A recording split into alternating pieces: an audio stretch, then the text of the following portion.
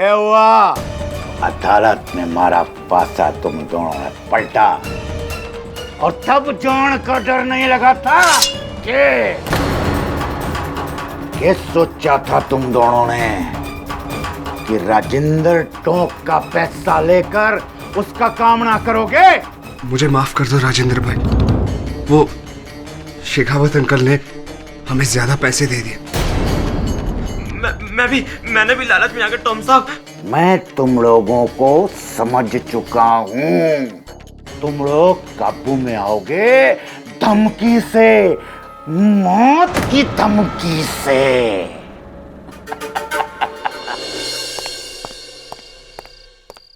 Sir, उस जासूस लश्कर सिंह के ऑफिस फिर गया था, अभी भी ताला लगा हुआ है। मुझे तो लगता है वो कहीं भाग गया है। लश्कर सिंह का मिलना बहुत आवश्यक है, नहीं तो प्रोसिक्यूटर देसाई पिताजी और मेरे बीच के बैर का फायदा उठाएगा, और इसमें नुकसान मेरे भाई का होगा।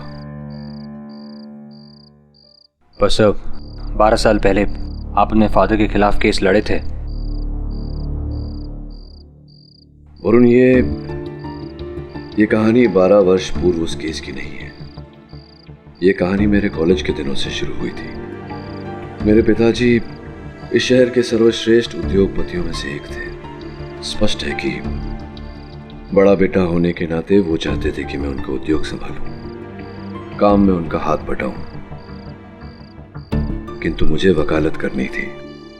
वकील बनने के लिए सबसे पहली पैरवी मेरी माताजी ने की थी। अगर वो वकालत पढ़ना ही चाहता है तो पढ़ने दीजिए, एक दिन बहुत बड़ा वकील बनेगा तो आप ही का नाम रोशन होगा। मेरा नाम रोशन करने के लिए मुझे अपने सिवा किसी और की जरूरत नहीं है। मेरे बेटों की मोहताजगी नहीं चाहिए मुझे। मेरा नाम रोशन करेगा। इतना करोड़ों का कारोबार है हमारा, वो छोड़ के वकील खेलने के चक्कर में पड़ गए साहबजादे। खैर, अब तुम माँ बेटे ने तय कर ही लिया है तो ठीक है, बनने दो उसे वकील। वैसे भी हमारी कंपनियों में हमें अच्छे भरोसेमंद लॉयर की जरूरत तो पड़ती ही रहती है। लेकिन हाँ, उसे कह देना कि जैसे ही पढ़ाई खत्म हो वो सीधा मेरे पास आएगा और कहीं नहीं जाएगा। वादे अनुसार मैंने वकालत पूरी करने के बाद पापा की कंपनी ज्वाइन की। उनके कंपनी में वकील बन गया। सब कुछ ठीक चल रहा था। फिर एक दिन वो केस उठा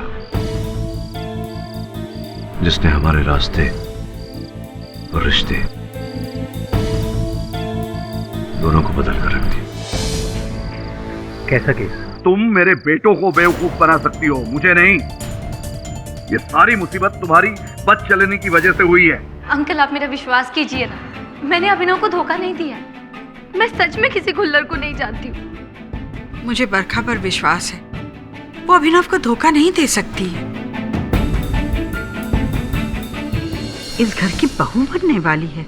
जब घर का बेटा ही घर में नहीं रहा तो ये होने वाली बहू किस काम की? निकल जाओ यहां से। आइंदा यहां आने की हिम्मत तक मत करना। Uncle please. I said leave.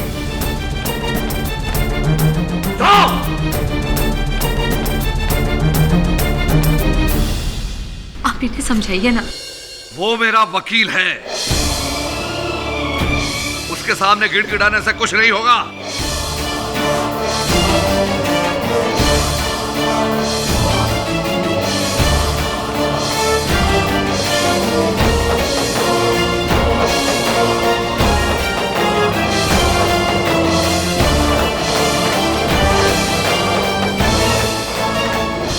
निकल जाओ मेरे घर से। ये मिस्टर शेखावत का तकिया कलम बन गया। सर, आपको क्या लगता है बरखा सच बोल रही है?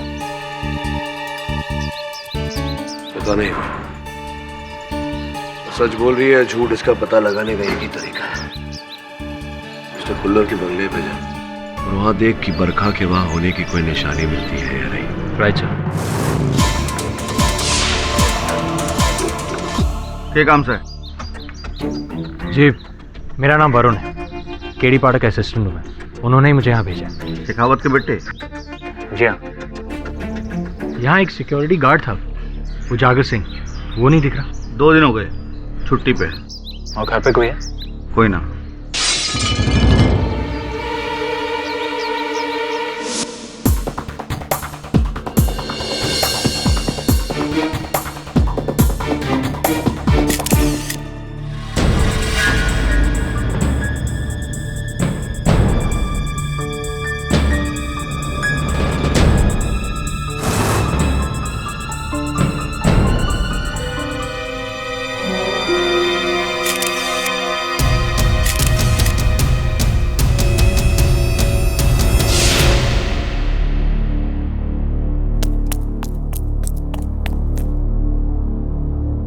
कौन है?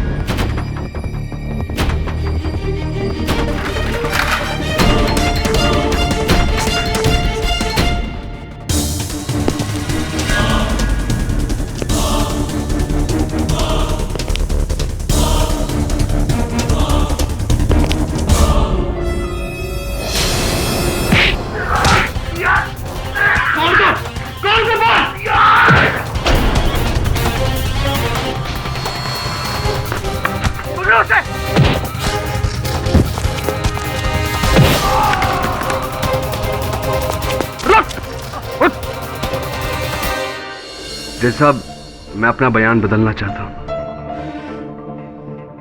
उस दिन मैंने जो कुछ भी कहा वो झूठ था। सच ये है कि उस रात अभिनव मेरे घर से 11 बजे नहीं 8 बजे ही निकला था, अपनी गन लेकर। कमिश्नर की तुम्हें जान लेकर रहूंगा। अभिनव, तुम्हारा खास दोस्त हाथ में गन लिए, आंखों में खून सवार किसी को मारने जा रहा है और तुमने कुछ नहीं किया? हाँ जी किया।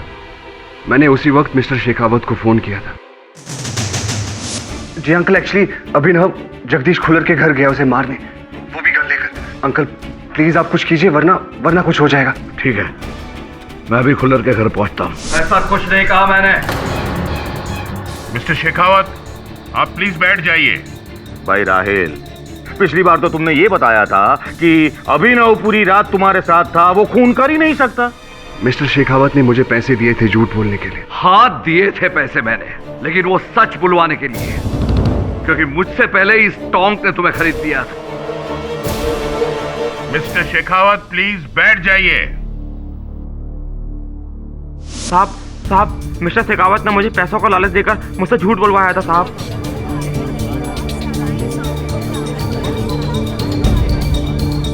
अब मुझे ये बताओ कि क्या हुआ था उस रात को, बताओ। साहब, उस रात मैं गेट पर ड्यूटी में ही था।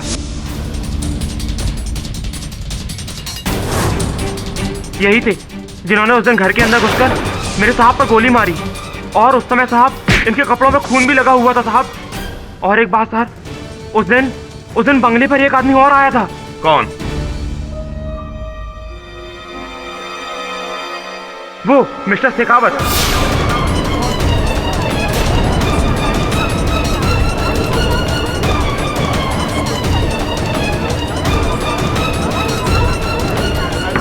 Silent your honour.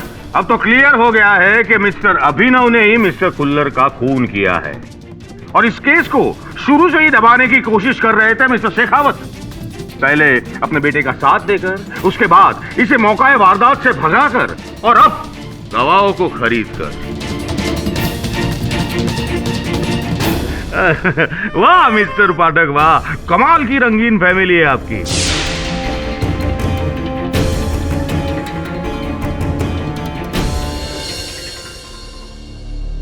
Your honour, मैं अदालत में अपना गवाह पेश करने की अनुमति चाहता हूं। अनुमति है। कृपया अदालत को अपनी पहचान दीजिए। जी, जासूस लश्कर सिंह, लश्कर सिंह जी, 8 जनवरी को मेरे मुवक्किल श्री अभिनव शेखावत आपके कार्यालय आए थे एक केस को लेकर। आए थे? जी। क्या केस था? ये चाहते थे कि मैं इनकी मंगेतर बरखा जी का पीछा करूं। इन्हें शक था कि बरखा जी का किसी के साथ चक्कर है। इस बात की खोज की आपने? जी। क्या परिणाम निकला आपके खोज का? अभिनव जी का शक सही था। बरखा जी का deputy municipal commissioner mister Khullar के साथ कुछ चल रहा था। Point to be noted your honour. Lashkar Singh जी, इस केस में आपकी गवाही शुरुआत से अहम रही है। इतने दिन कहाँ लापता हो गए थे आप? जी, मैं भाग गया था डर के मारे। किस बात का डर था? दरअसल जिस रात मिस्टर खुल्लर का मर्डर हुआ, उस रात मैं उनसे मिलने उनके घर गया था। खुल्लर साहब, खुल्लर साहब।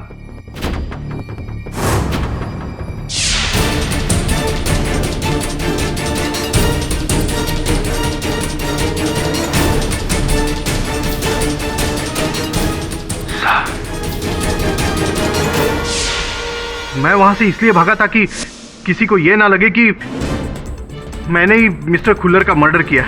और क्योंकि मैं उनके घर कैमरा भूल गया था, उस दिन कैमरा लेने के लिए मैं उनके घर गया तो वहां पर मिस्टर वरुण थे। इससे पहले कि वो मुझे पकड़ते, मैंने सोचा मैं उन्हें बेहोश करके वहां से भाग जाऊंगा। लेकिन आपने अभी तक हमें ये नहीं बताया कि आप वहां गए क्यों थे? जी, उन्हें ब्लैकमेल करने। क्या है कि मेरे पास उनकी और बरखा जी की कुछ तस्वीरें थी। अगर वो अभिनव जी से मुझे ज़्यादा पैसे देंगे तो मैं वो सारी तस्वीरें मिटा दूंगा, ताकि किसी को कुछ पता ना चले। हाँ, लेकिन जब मिस्टर खुल्लर ने आपकी इस धमकी को मानने से इनकार कर दिया, तब आप भड़के, आप दोनों के बीच में हाथापाई हुई और आप ही ने उनकी नहीं सर, मैंने उन्हें नहीं मारा, कसम से। मैं तो बस उन्हें ब्लैकमेल करने वहां गया था, ऑफर देने। और यही ऑफर इससे पहले मैंने बरखा जी को भी दिया था।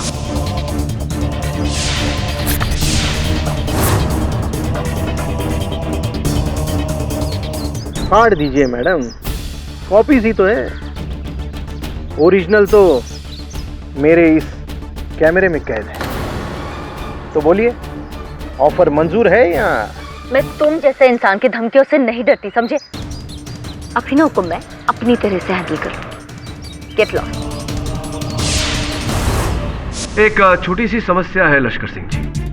बरखा जी का ये कथन है कि आपसे मिलना तो दूर, वो मिस्टर खुल्लर को जानती तक नहीं थी। झूठ बोलती है सर वो।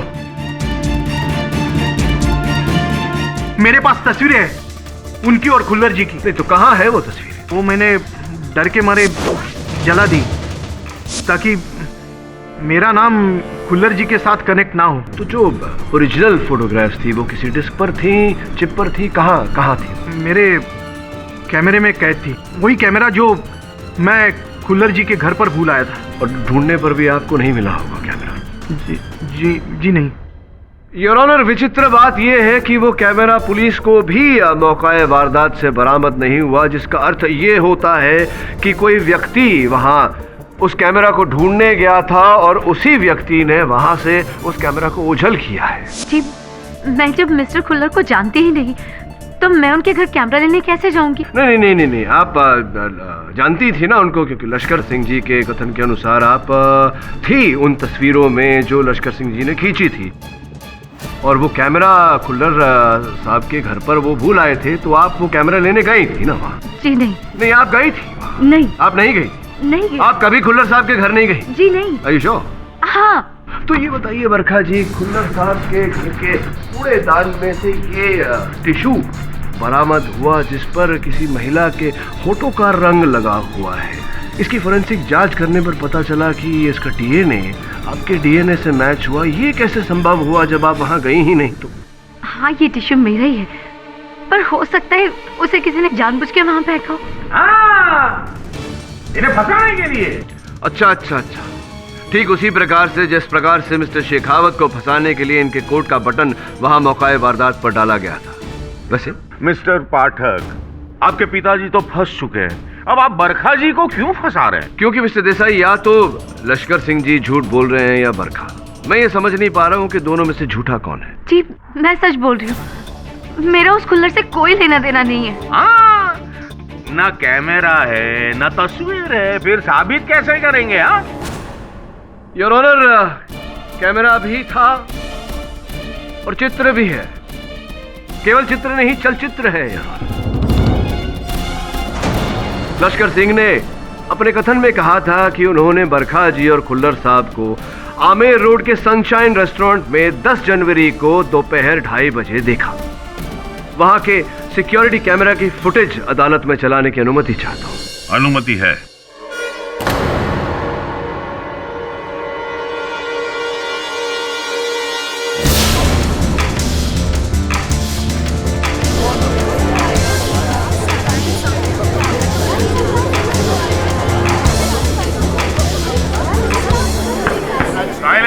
हाँ तो बरखा जी, क्या आप अब भी यही कहेंगे कि आपको कोई फंसा रहा है? जी हाँ, मेरा जगदीश के साथ अफेयर था। लश्कर सिंह ने मेरे बारे में जो कुछ भी कहा वो सच है।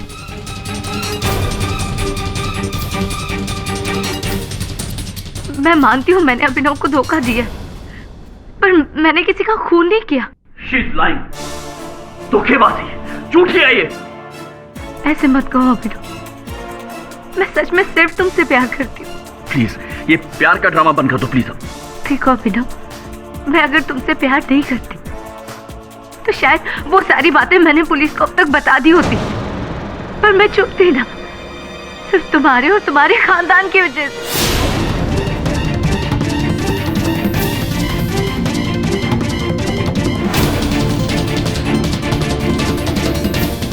किस सच्चाई की बात कर रही है? बता दूं? हाँ हाँ हाँ हाँ, बताइए बताइए बताइए, क्या सच्चाई है बताइए। जिस रात जगदीश खुल्लर का खून हुआ था, उस रात मैं उसी के साथ थी, उसके घर पे। अभिनव, तुम? अभिनव रुको रुको, बस गोली चलाओ, गोली। नहीं अभिनव, नहीं।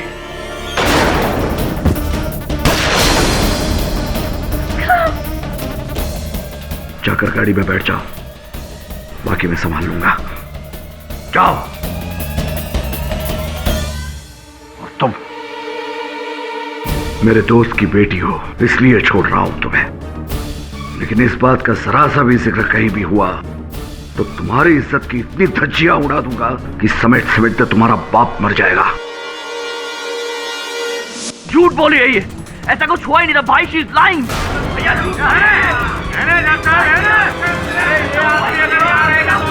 और कितनी गवाहियां चाहिए इसके खिलाफ? हिरासत में लीजिए हिरासत में लीजिए इसको, मैं बोलता हूँ।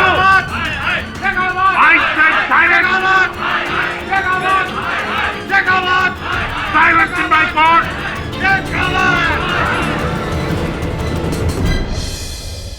माधव सिंह पिताजी के तेल के कारखाने में काम करने वाला एक मजदूर था। एक दिन मशीन में उसका हाथ आ गया और कट गया। उसके खोए हुए हाथ के लिए मजदूरों ने भारी मांग रखी, हड़ताल पे गए। यूनियन ने पिताजी पर केस कर दिया। मुझ पर केस करेगा? करणवीर शेखावत पर एक फूटी कौड़ी नहीं दूंगा मैं उसे पता नहीं है कि मेरा वकील मेरा अपना बेटा है, विलायत से वकालत पढ़ के आया है, धज्जियां उड़ा देगा उसकी कोर्ट में। लेकिन पिताजी, जब यह हादसा हुआ माधव सिंह ड्यूटी पर था और लेबर एक्ट के अनुसार उसका हर्जाना तो उसे देना ही पड़ेगा। कहेगा हर्जाना? अरे अपनी लापरवाही से उसने अपना हाथ खोया है। शराब के नशे में धुत होकर आया था वो ड्यूटी पर। ये बात नहीं जानता था मैं। तो अब जान गए हो ना, तो अब जाओ लड़ो। ये केस एक मिसाल होना चाहिए हर उस मजदूर के लिए जो ब्लैकमेल करने के लिए हमें चला आता है। Go and fight my boy. तहकीकात करने पर पता चला कि माधव सिंह की भूल नहीं थी। वो उस दिन नशे में नहीं था।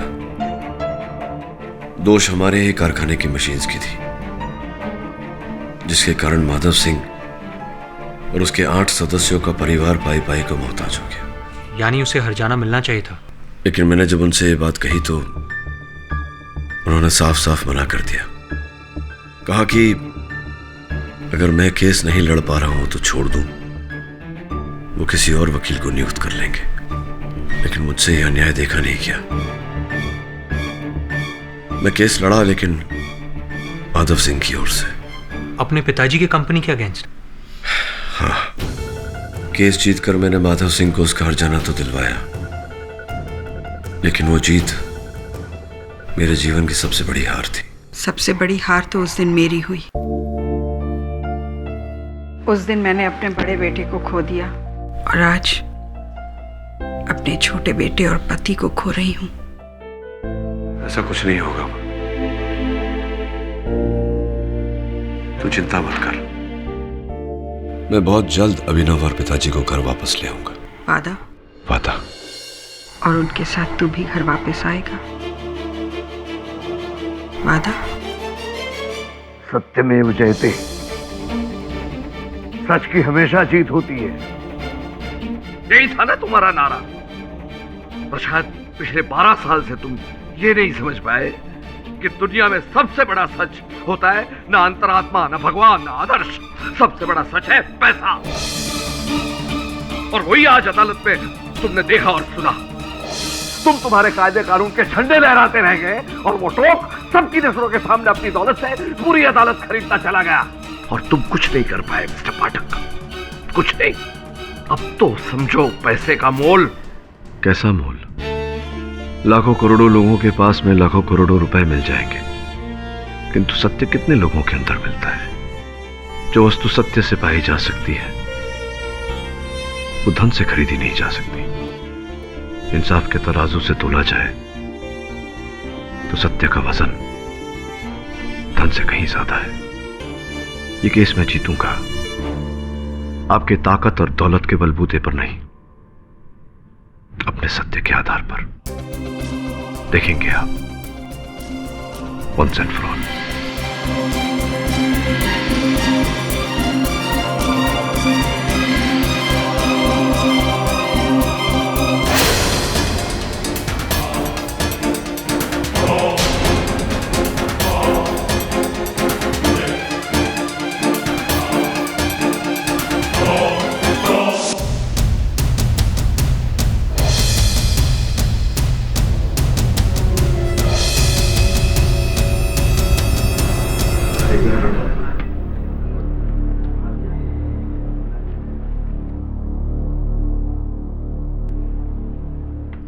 वक्त है तुम्हारा ये सच का जाप छोड़ दो और इस केस को मुझे मेरे तरीके से हैंडल करने दो।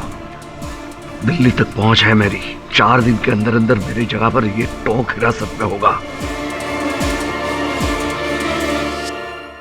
इसकी नौबत नहीं आएगी। तुम्हारी से तुम्हें ले डूबेगी और साथ में हमें भी।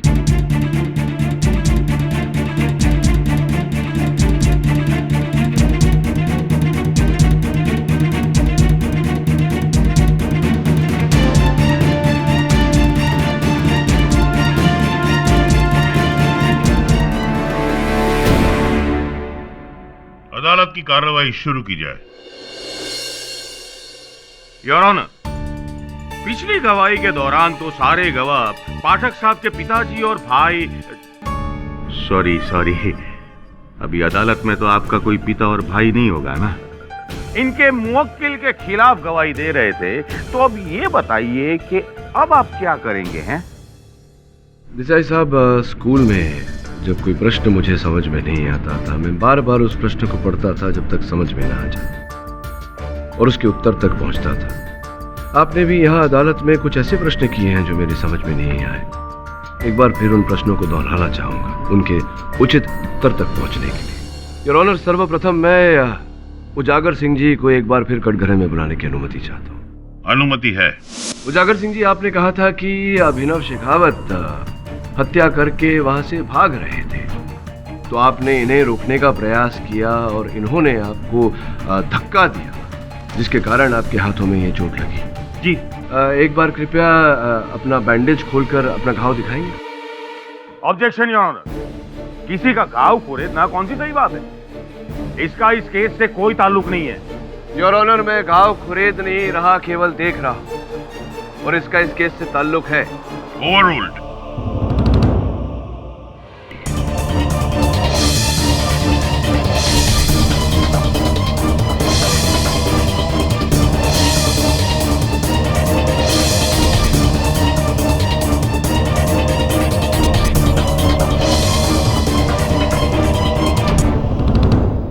ये जो घाव है ये ऐसा तो नहीं लग रहा उजागर सिंह जी की मेरे मुवक्किल के आपको धक्का मारने के बाद आप जमीन पर गिरे और आपका हाथ रगड़ गया जमीन पे। जब जमीन पर हाथ रगड़ता है तो खरोंचे पड़ती हैं, तो आपका हाथ कटा हुआ है। वैसे भी कुल्लर साहब के बंगले के बाहर जो मिट्टी है वो तो चिकनी है, तो वहां गिर कर हाथ रगड़ कर इस प्रकार से कटना तो असंभव बात है।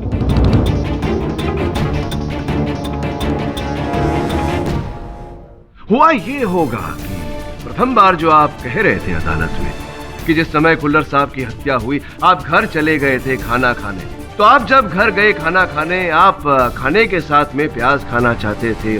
प्याज काटते वक्त आपका हाथ कटा। ये आपसे किसने कहा? आपके पड़ोसी हिम्मत लाल जी ने। वो कह रहे थे कि आप उस रात उनसे दवा और पट्टी मांगने गए थे क्योंकि आपके घर में थी नहीं। इसका अर्थ यही हुआ कि आपका हाथ आपके घर में कटा, तो जिस समय कुल्लर साहब की हत्या हुई आप अपने घर में थे। वो झूठ बोल रहा है। तो क्या आपकी पत्नी रेणुका जी भी झूठ बोल रही है?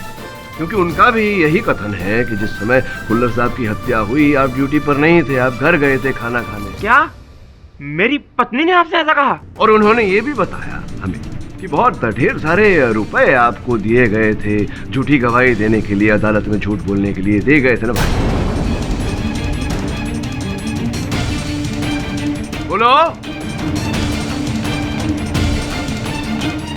बार बार कह रही थी पैसा पैसा पैसा, और जब पैसा लाकर दिया मेरी पीठ में ही छुरा मार दिया। समझाया था किसी से कुछ मत कहना, अपना मुंह बंद रखना, लेकिन वो औरत मुंह बंद न रख सकी। नहीं, देखिए, दोष नहीं देंगे उस बेचारी को, उनका मुंह तो बंद ही था।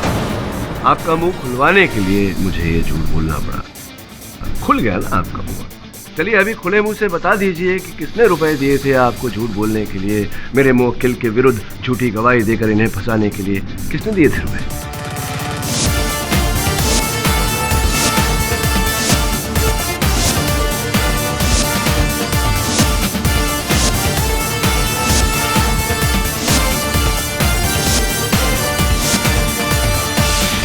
रायल साहब, आपने कहा था कि मेरे मुवक्किल अभिनव शेखावत आपके साथ रात के 8 बजे तक थे, जिसके पश्चात हाथ में गन लिए गुस्से में रुसते हुए ये कुल्लर साहब के बंगले पर चले गए थे उनकी हत्या करने 9 बजे के आसपास, राइट? जी। आपने ये भी कहा था कि इनके जाने के तुरंत बाद आपने इनके पिताश्री शेखावत साहब को फोन किया था उन्हें सचेत करने के लिए, ये भी सही है? जी।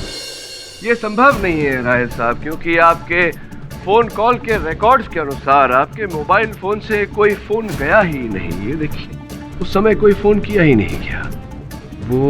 वो मैंने सेल फोन यूज नहीं किया था, लैंडलाइन से फोन किया।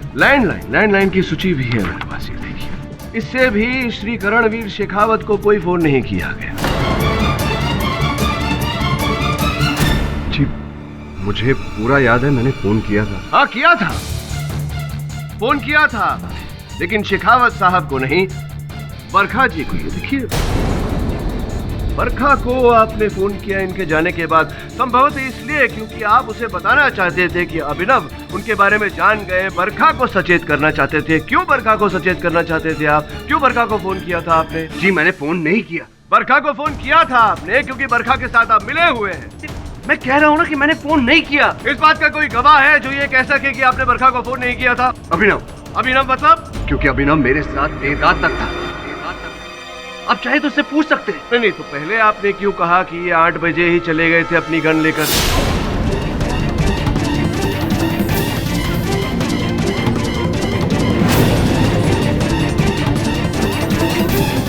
मतलब पहले झूठ बोल रहे थे आप? झूठ बोल रहे थे आप? झूठ बोल रहे थे या नहीं? जी किसके कहने पर झूठ बोल रहे थे? मिस्टर टॉम,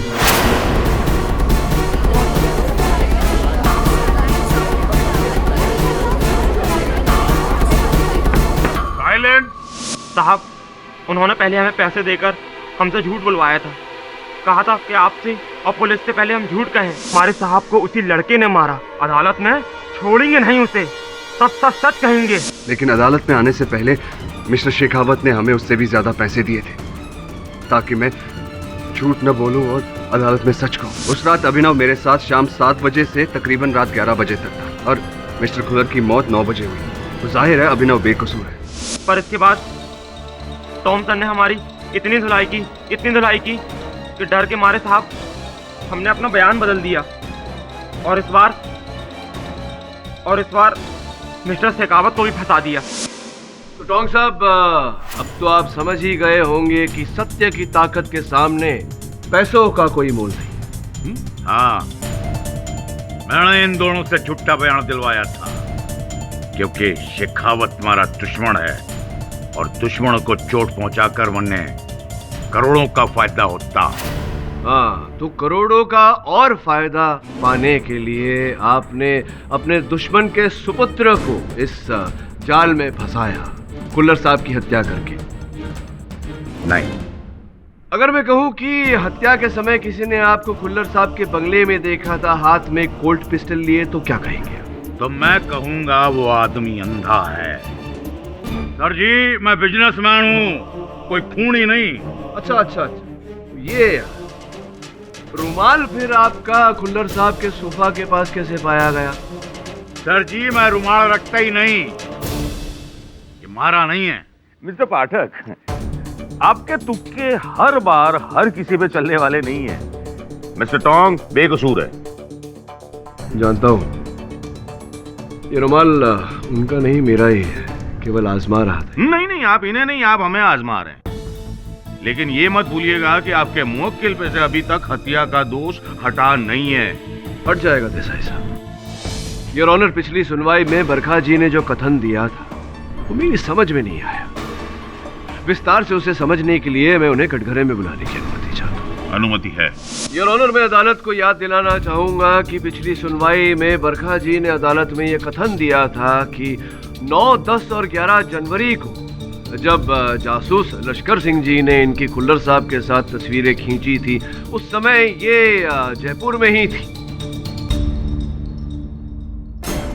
सनशाइन रेस्टोरेंट के सीसीटीवी कैमरा में जो आपके चित्र हैं खुल्लर साहब के साथ, वो आप ही थी जी। इसका अर्थ ये हुआ कि आप जयपुर में ही थी, किंतु आपने उसकी पिछली सुनवाई में कहा था कि आप जयपुर में नहीं थी। जनवरी 9, 10 और 11 तारीख को आप आगरा में थी। आपने याद है, आपको आपने फोटो दिखाई थी आगरा की, आपकी, आप आगरा में हैं, आपके मोबाइल फोन पर वो तस्वीरें थी, तो वो झूठी थी। हाँ, वो तस्वीरें झूठी थी। तो क्या राहिल खान साहब और उजागर सिंह साहब की तरह आपने भी इनके टोंक साहब के कहने पर झूठ बोला? जी नहीं, मैं मिस्टर टोंग को नहीं जानती। अच्छा, आप मिस्टर टोंग को नहीं जानती, पर आपने तो ये भी कहा था कि आप खुल्लर साहब को भी नहीं जानती। फिर आपकी जान पहचान निकली उनके साथ। देखिए, आप खामखा मुझ पे शक कर रहे हैं। बरखा जी, क्या आपने खुल्लर साहब का खून किया है? जी नहीं, मैंने किसी का खून नहीं किया है। मैं थक गई हूँ ये सब कह के। पसीना क्यों आ रहा है आपको? लीजिए, पसीना पूछ लीजिए। ये जो मैं आपसे जब मिला था, आपसे वार्तालाप हुई थी मेरी, उस समय जब मैंने आपको रुमाल दिया था, आपने दाहिने हाथ से लिया था, इस बार बाएं हाथ से लिया। पाठक साहेब, छोड़ो ने, हवे डाबो जमणो दाया बाया क्या फर्क पड़ता है? हाँ, क्या फर्क पड़ता है, लेकिन फर्क तो आपकी भाषा में पड़ा है। क्योंकि वही तभी जब वार्तालाप हुई थी हम दोनों के बीच, तो आप कुछ ऐसा कह रही थी, खून, खान, खत्म। लेकिन अब आपका उर्दू तलफ़ुज़ जो है वो बिल्कुल साफ है, खून, खत्म, खान। पाठक साहब छोड़ो ने, हवे क्या साबित क्या करना चाहते हैं आप? छोड़िए ना, भाषा में क्या रखा है, लाइए। असली नाखून है? जी। इससे तो फर्क पड़ता है देसाई साहब, क्योंकि तभी जब ये रुमाल मैंने आपको दिया था, भाषा आपकी साफ नहीं थी, तभी आपके नाखून भी एकदम छोटे थे।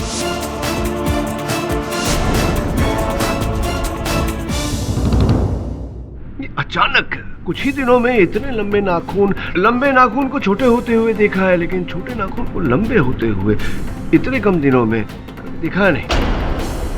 मिस्टर पाठक, आपका इशारा किसकी तरफ है? मैं समझाता हूँ योर ऑनर। अभिनव, मैं चाहता हूँ कि तुम बरखा से कोई ऐसा प्रश्न पूछो जिसका उत्तर तुम दोनों के अतिरिक्त और किसी के पास ना हो। बरखा, ये बताओ, हम हर साल अपनी एनिवर्सरी सेलिब्रेट करते हैं। जिस दिन मैंने तुम्हें प्रपोज किया था उस दिन की कौन सी तारीख है वो? हाँ, बताती हूँ ना मैं। बताइए बताइए, सोच के बताइए, समय लीजिए। हाँ, वो तारीख मैं बस। बरखा, तुम्हें तो याद होना चाहिए ना। बरखा, तुम्हें तो याद होना चाहिए ना। तो स्ट्रेंज, हर साल तुम ही मुझे याद दिलाते, तुम्हें याद कैसे नहीं है?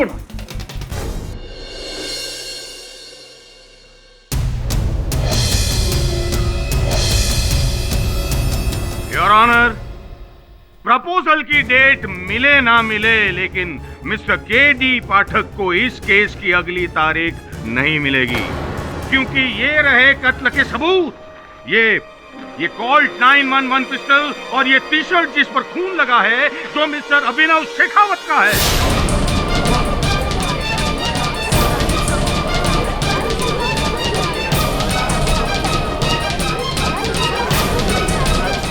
और पुलिस को यह सबूत मिला है मिस्टर के.डी. पाठक की सूटकेस में से।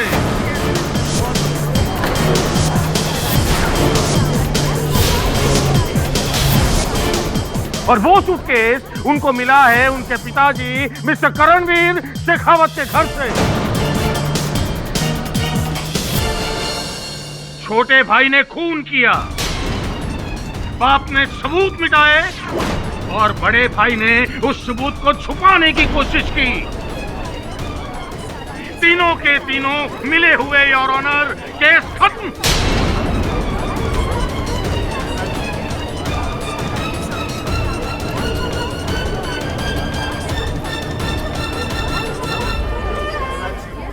इस नए सबूत की पुष्टि हो जाने के बाद अगली सुनवाई पर अदालत अपना फैसला सुनाएगी। तब तक के लिए यह अदालत मुलतवी की जाती है।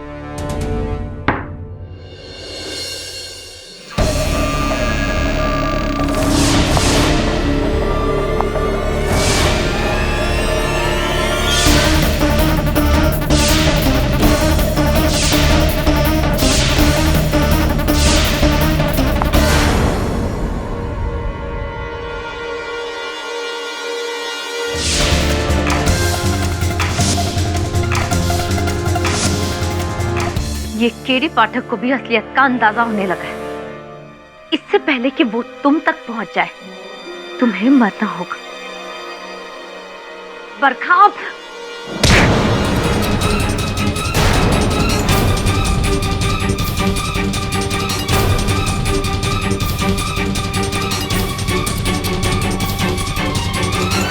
आइए इंस्पेक्टर साहब।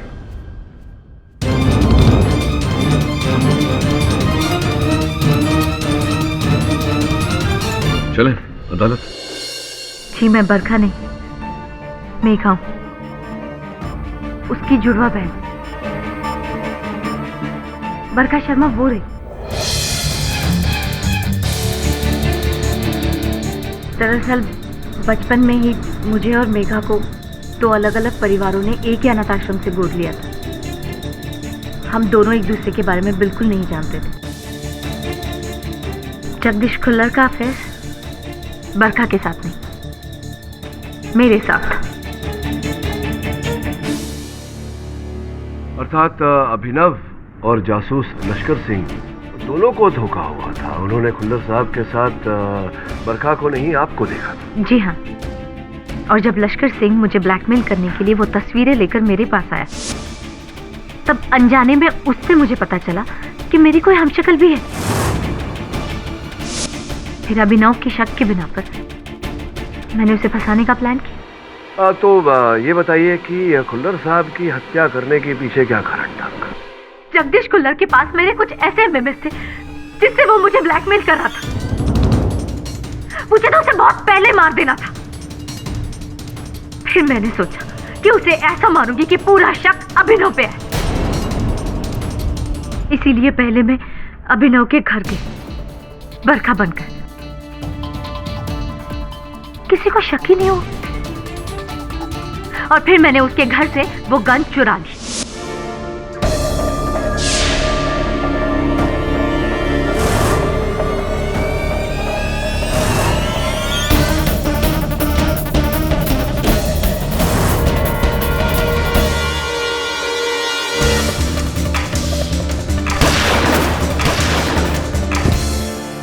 मर्डर के बाद मैंने अभिनव की वो टी शर्ट भी चुरा ली जो उसने उस रात पहनी थी।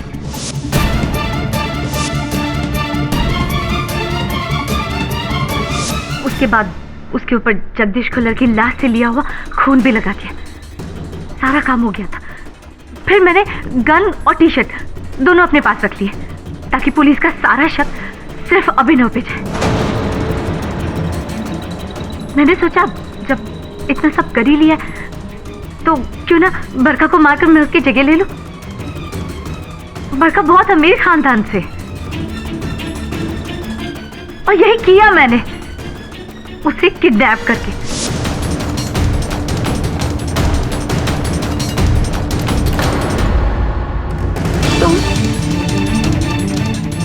और फिर वो टी शर्ट और गन मैंने आपके सूटकेस में छुपा दी ताकि एक बार वो पुलिस को मिल जाती ना तो अभिनव के ऊपर जगदीश खुल्लर के खून का इल्जाम साबित हो जाता। और फिर मैं अपनी पूरी जिंदगी बरखा बनकर अमीरी में जीती। और अफसोस कि अब बाकी बची जिंदगी आपको सलाखों के पीछे गुजारनी पड़ेगी। Defence, rest your honour. ये अदालत मिस मेघा को जगदीश खुल्लर के कत्ल के जुर्म में दोषी पाते हुए फौरन हिरासत में लेने का आदेश देती है और मिस्टर अभिनव शेखावत को और करणवीर शेखावत को बाइज्जत बरी करती है। The case is close.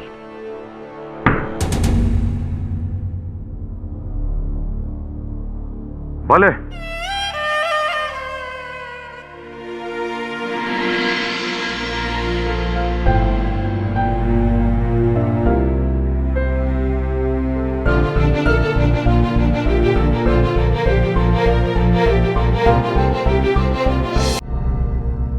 Tickets ले लिए तूने? जी सर।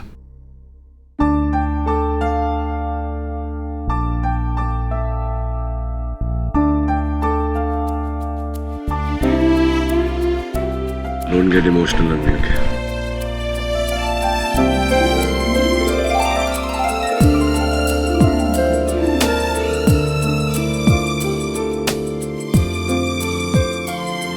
मत जाना।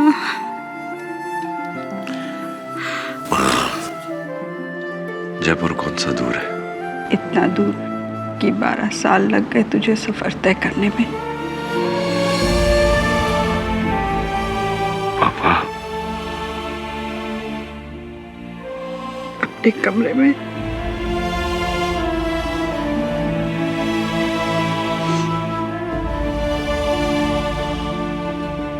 अरे अनिसा, स्वास्थ्य का ध्यान रखना।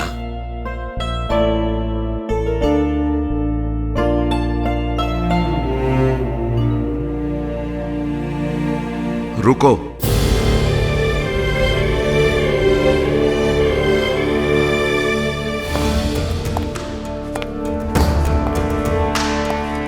चाहो तो रुक सकते हो। शेखावत ग्रुप ऑफ इंडस्ट्रीज को एक सीनियर लॉयर की जरूरत है। टर्म्स, कंडीशंस, तनख्वाह, सब कुछ तुम्हारी मर्जी के। बोलो, क्या कहते हो? आप मेरी जगह होते तो क्या कहते?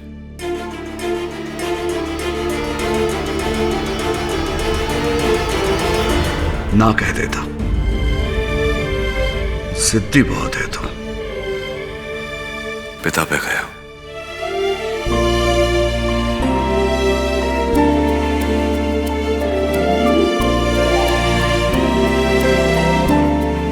जीता रहे।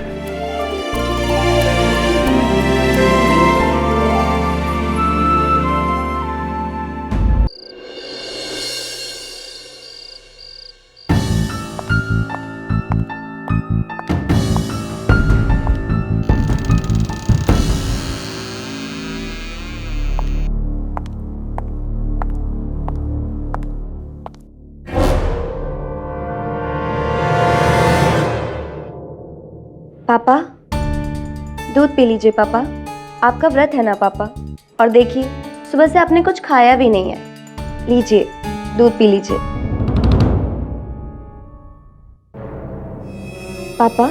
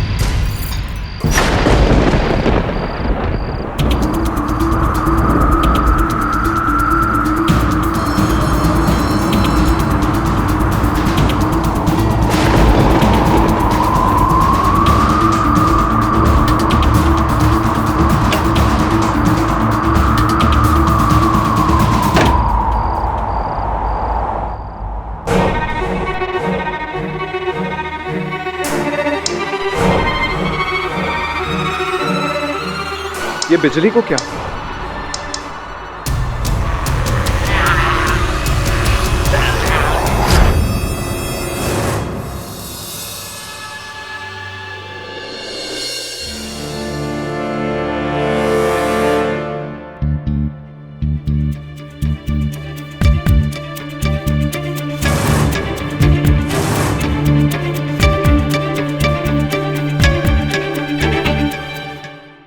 Mr. Ajit, there is no more.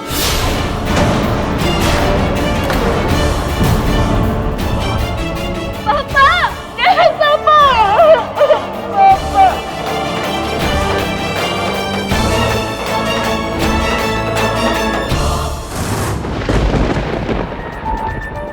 माचिस कहाँ है?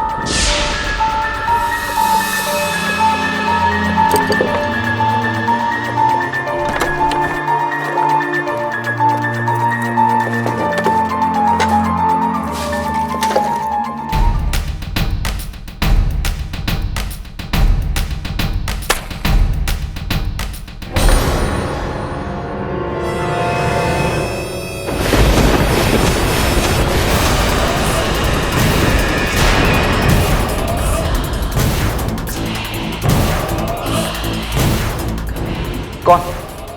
बेटा रवि। नाना जी, मुझे मार दिया गया है। मुझे उन लोगों ने मार दिया है।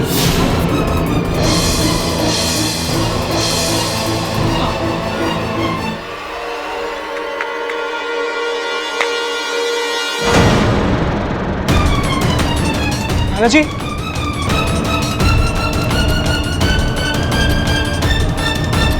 नाना जी,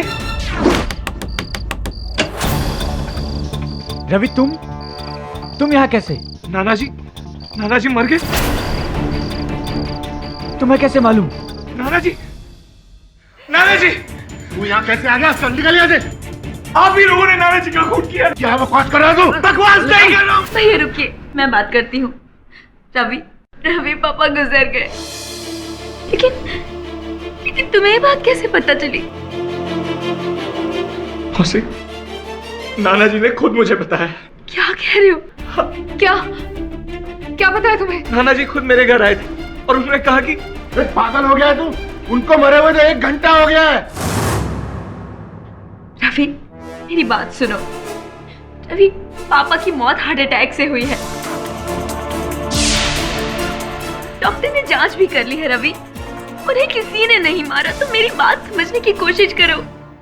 बाबूजी चल नहीं सकते थे, वो व्हील चेयर पे थे, पता नहीं है तुम्हें? वो सब मुझे नहीं पता, मुझे बस इतना पता है मौसी कि नाना जी मुझसे अभी अभी मिलने आए थे और उन्होंने कहा कि घर में से किसी ने उनकी हत्या की है।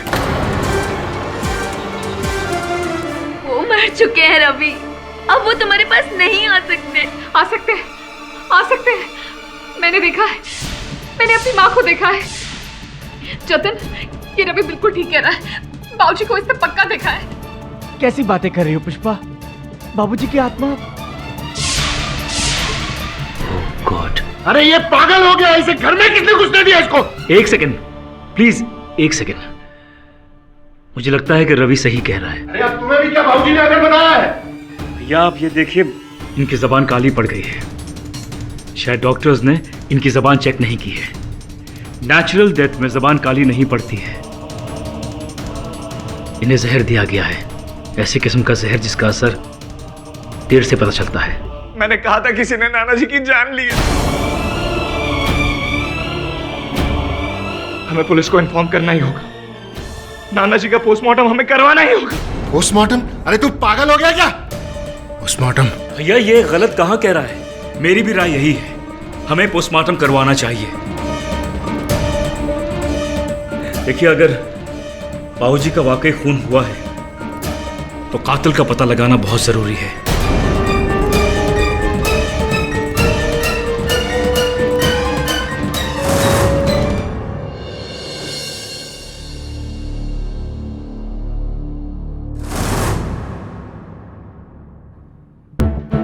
I am really sorry. वैसे दीनानाथ जी ने खाने में क्या खाया था? I mean, जो आप लोगों ने नहीं खाया था। जी उन्होंने तो कुछ खाया ही नहीं था सुबह से, उनका तो व्रत था। बस वो नंदू ने प्रसाद लाके दिया था, वही खाया था। ये नंदू कौन है? फूल वाला है, हमारे घर फूल देने आता है। सर कमरे से ये प्रसाद मिला है।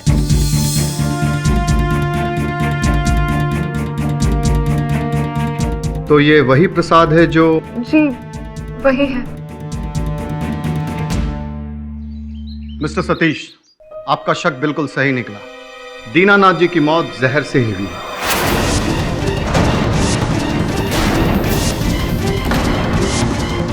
और वो जहर उनके प्रसाद में था, जो कि हमें उनके कमरे से मिला। जब हमने नंदू फूल वाले से तहकीकात की तो उसने हमें बताया कि वो प्रसाद उसे रवि ने दिया।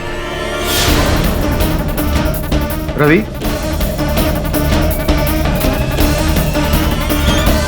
रवि, क्या मैं सही कह रहा हूं? जी हाँ इंस्पेक्टर साहब, नाना जी को प्रसाद मैंने ही भिजवाया था, पर उसमें जहर मैंने नहीं मिलाया। झूठ बोल रहे हैं आप, बकवास कर रहे हैं आप। आपके घर से हमें ये जहर की शीशी मिली, जिसमें अभी भी जहर बाकी है।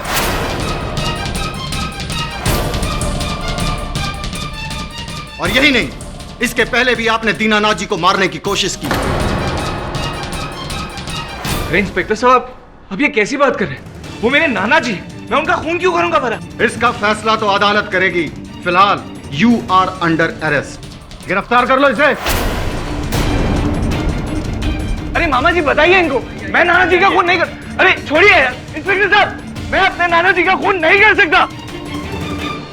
रवि, तुम्हारी ये कहानी जितनी विचित्र है उतनी ही मनोरंजक भी। सुन के मजा आया, लेकिन विश्वास करना जरा कठिन है। ये भूत प्रेत की बातों पर, अंधविश्वास की बातों पर ना अदालत विश्वास करेगी ना मैं।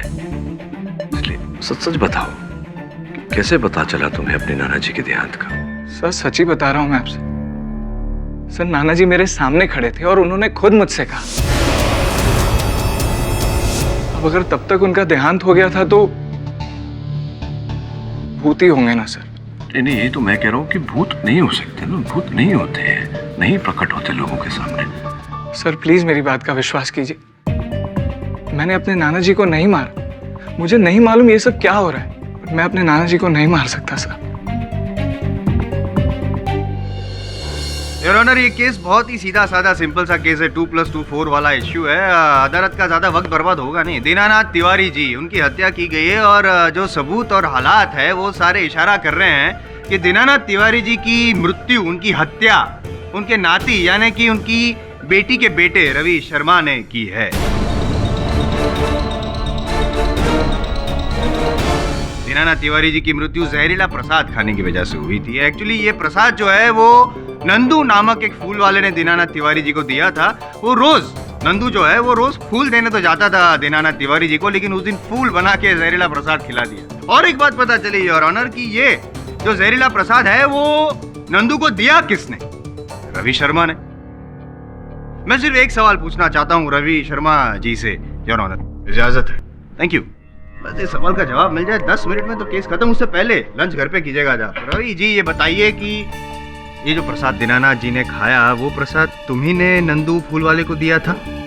जी नहीं, जी हाँ या जी ना? मिस्टर जायसवाल, क्या ये नहीं हो सकता कि रवि ने ही नंदू को वो प्रसाद दिया, लेकिन जिस समय प्रसाद दिया प्रसाद में जहर नहीं था, उसके पश्चात नंदू ने या किसी और ने उस प्रसाद में जहर मिलाया हो? संभव है? संभव है, हो सकता है, लेकिन एक चीज है जो मुझे समझ में नहीं आ रही, आप समझा दीजिएगा मुझे कि वो कैसे हो सकता है। योर ऑनर, ये जो बॉटल है जिसमें जहर है, और ये वही जहर है जो दीनानाथ जी के प्रसाद में था जो उन्होंने खाया और उनकी हत्या हो गई। ये जहर वाली जो बॉटल है, आधी बॉटल, वो रवि जी के कमरे से मिली। ये कैसे हो सकता है?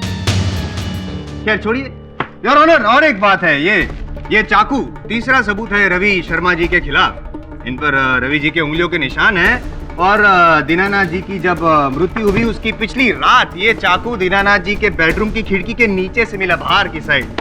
ये कैसे पहुंचा वहां पे? इस सवाल का जवाब देने के लिए मैं दीनानाथ जी के वॉचमैन गंगाराम को यहाँ पे बुलाना चाहूंगा योर ऑनर, इजाजत है? हाँ साहब, उस रात जब हम अपनी ड्यूटी कर रहे थे तो हमने बाबूजी के कमरे के नीचे किसी को देखा था। वहीं रुको! हमारी आवाज सुनने के बाद वो भाग गया था।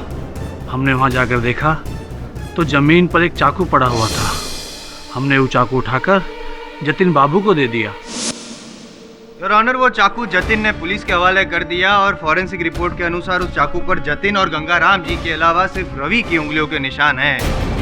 ऐसा तो केस खत्म हो चुका है, लेकिन फिर भी पाठक साहब आप कुछ पूछना चाहे तो प्लीज। पूछ ही लेता हूँ मैं, आपकी दलील को खत्म कर देता हूँ। भाई ये बताओ कि जो कह रहे हो आप, जिस व्यक्ति को भागते हुए देखा, उस व्यक्ति का चेहरा देखा था? नहीं साहब, बहुत अंधेरा था वहाँ। इसका अर्थ ये होता है कि आप विश्वास से नहीं कह सकते हैं कि वो व्यक्ति रवि ही थे।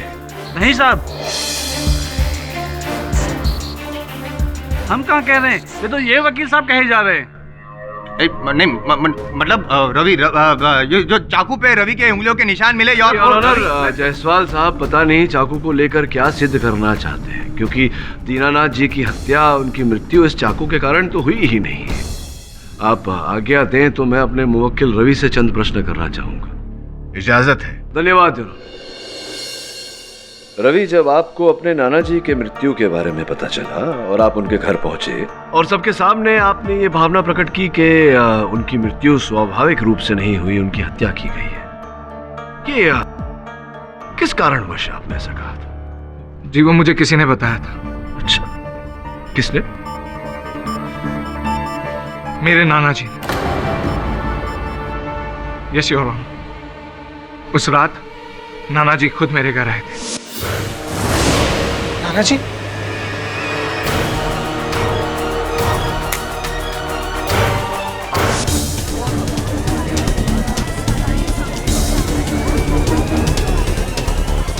भूत मतलब रवि जी भूत वाली बातें करके अदालत को, इस केस को गुमराह कर रहे हैं योर ऑनर। और पाठक साहब, आप भी क्या इतने सीनियर लॉयर हो गए हैं?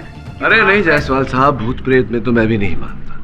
मैं केवल अदालत को ये समझाने का प्रयास कर रहा था कि रवि ने अगर यह हत्या की होती तो स्वयं उस घर में क्यों जाते और सबको क्यों बताते कि दीनानाथ जी की मृत्यु स्वाभाविक रूप से नहीं हुई, उनकी हत्या हुई। पोस्टमार्टम रिपोर्ट की मांग भी इन्होंने की थी। तो ऐसा करके अगर इन्होंने हत्या की होती तो इन्होंने तो पूरा ये जो मुसीबत है अपने सर मोड़ दिया ना। तो चुप रहते तो नहीं, चुप नहीं रहते। चुप रहने से प्लान फेल हो जाता पाठक। अच्छा, हाँ, क्योंकि योर ऑनर ये घर पे जाके जो परिवार वाले हैं दीनानाथ जी के, उन पर से किसी पे इल्जाम लगाना चाहते थे, क्योंकि पूरे परिवार से इनको नफरत थी। ये तो मैंने रोक दिया, टोक दिया, वरना रवि जी ये भी कह देते कि उनके नाना जी के भूत ने ये भी बता दिया है कि हत्यारा कौन है। और भूत वाली बात इसलिए छेड़ी क्योंकि उनको पता था कि जो पुष्पा जी है वो अंधविश्वासी है और इस भूत वाली बात पे बहुत आसानी से भरोसा कर लेगी। नहीं, आप ये कहना चाहते हैं कि रवि जी को घृणा थी उस परिवार में से किसी से, या पूरे परिवार से? पूरे इसीलिए इन्होंने ये षड्यंत्र। इसीलिए अच्छा, तो साबित तो करिए। हाँ नहीं, लेकिन मैं नहीं बोलूंगा, मैं बोलूंगा नहीं ये, क्योंकि मेरी बात पे विश्वास नहीं करेंगे ना आप। इसलिए योर ऑनर, मैं दीनानाथ जी के जो सुपुत्र है अजीत तिवारी, उनको यहाँ पे बुलाना चाहूँ। इजाजत है। योर ऑनर, इस रवि की माँ यानी कि हमारी बहन सुधा ने एक जुआरी और आवारा किस्म के इंसान से भागकर शादी कर ली थी और इसी वजह से हमारे पिताजी ने उससे हमेशा हमेशा के लिए सारे रिश्ते नाते तोड़ दिए। कुछ समय बाद हमें यह समाचार मिला कि इसका बाप, जो कि एक गुनहगार था, अपने गुनाहों के कारण उसे जेल जाना पड़ा और इसी वजह से हमारी बहन सुधा ने सुसाइड कर लिया। और ये रवि ये समझता है कि ये सब हमारी वजह से हुआ है। Exactly your honour.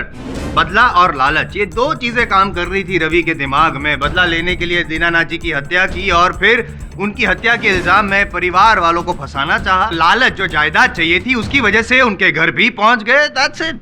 जसवाल साहब देखिए, ऐसा नहीं है कि दीनानाथ जी की मृत्यु से केवल रवि को ही फायदा होने वाला था। 3 और व्यक्ति हैं जिनको फायदा होने वाला था। संभव है कि उन तीनों में से किसी ने दीनानाथ जी की हत्या की हो। योर ऑनर, दीनानाथ जी ने अपनी कोई विल नहीं बनाई थी, जिसके कारण उनके जायदाद के बंटवारे को लेकर परिवार में अशांति का वातावरण फैला हुआ था।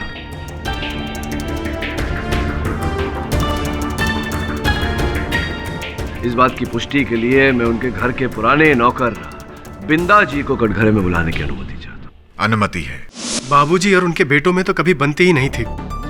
उनके छोटे बेटे जतिन, वो तो कभी कभार उनसे बात कर लिया करते थे, लेकिन उनकी पत्नी पुष्पा और अजीत, ये दोनों उनसे लड़ते झगड़ते रहते थे। ये जो झगड़े होते थे किस बात पर होते थे? पैसों के लिए वकील साहब। धंधे के नाम पर उनसे बहुत सारे पैसे ऐंठ लिए थे इन लोगों ने। बाबूजी ने उन्हें पैसे देने से इनकार कर दिया था। एक पैसा नहीं दूंगा तुम्हें। मेरी बरसों की कमाई तुम दोनों ने अपनी अय्याशी में फूंक दी। अय्याशी नहीं, बिजनेस किया है हमने। हाँ, जानता हूं मैं क्या बिजनेस किया तुमने। अरे क्या करोगी ये पैसा बचाकर? मरने के बाद हम दोनों को ही मिलने वाला है वो पैसा। तुम दोनों नहीं, रवि का और तुम्हारी बहन सुमन का भी बराबर का हक है उस पैसे पे। एक पैसा नहीं दूंगा उन दोनों को, एक पैसा। याद रखना, ये जो बिल है वो हम दोनों के नाम कर दीजिए आप, समझ गए? मर जाऊंगा लेकिन ऐसी बिल नहीं बनाऊंगा मैं अपने जीते जी रवि और सुमन पे कोई अन्याय नहीं होने दूंगा। और अगर ज्यादा जबरदस्ती की तो पुलिस में जाके शिकायत दर्ज करवाऊंगा मैं। निकल जाओ तुम दोनों यहाँ से। भैया चलो यहाँ से। चलो तुम भी चलो। जान से मार डालूंगा मैं इस गुंडे को। मुझे धमकी देता है अपने बड़े बेटे को। भैया चलो, मैं समझाऊंगा। झूठ बोल रहा है ये नमक हराम। यही बाबूजी के कान पड़ता था। ऑर्डर मिस्टर अजीत, प्लीज अपनी जगह बैठ जाइए। योर ऑनर, सॉरी पाठक साहब, एक नौकर की बात पर कितना भरोसा किया जा सकता है? ये भी तो हो सकता है ना पाठक साहब कि रवि ने बिंदा प्रसाद जी को कुछ पैसे खिलाए हो ये सारी बातें कहने के लिए इनके खिलाफ। हो सकता है। हाँ, तो हो सकता है। तो ये भी हो सकता है कि आपने अजीत जी को पैसे दिए हो मेरे मुवक्किल रवि के विरुद्ध बोलने। पाठक साहब, मुझ पे इल्जाम लगा रहे हैं आप। आपको पता है, आप जानते हैं कि मैं जानता हूँ कि आप इतने शरीफ हैं। गली गली में आपके शराफत की चर्चा है। योर ऑनर, अभी बिंदा जी ने अदालत में जो बातें कही उन्हें प्रमाणित करने के लिए मेरे पास सबल साक्ष्य भी है।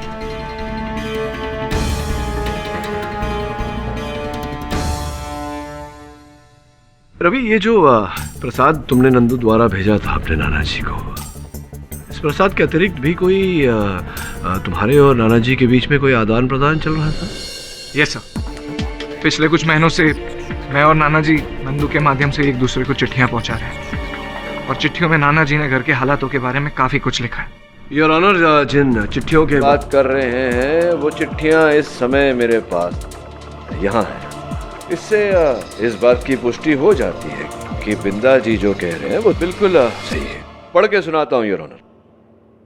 मेरे प्यारे रवि, घर का माहौल अब और भी बिगड़ता जा रहा है। अजीत और पुष्पा विल बनाने के लिए मेरे पीछे पड़े हुए, मेरी जान के पीछे पड़े हुए। अच्छा है कि तुम इस माहौल से दूर हो, और हो सके तो हमेशा दूर ही रहे। तुम्हारे माँ और पिता के साथ जो अन्याय मैंने किया, शायद मेरे वही पापों का ये फल है जो मुझे भुगतना पड़ रहा है। ढेर सारा प्यार, तुम्हारे नाना Dinanath. Your honour, handwriting experts इस बात का प्रमाण कर चुके हैं कि हस्तलिपि दीनानाथ जी की ही है। मानता हूं कि अजीत ने दीनानाथ जी को जायदाद के लिए परेशान किया, जान के पीछे पड़ गए थे, लेकिन जान ली ये तो साबित नहीं हुआ। कहने और करने में बहुत फर्क होता है योर ऑनर। वैसे तो आपके लिए भी मेरे मन में क्या फीलिंग्स हैं, मन तो मेरा भी करता है कि मैं समझ गया ना? समझ गया। अच्छी तरह से जानता हूं कि आपके मन में मेरे लिए क्या क्या विचार हैं।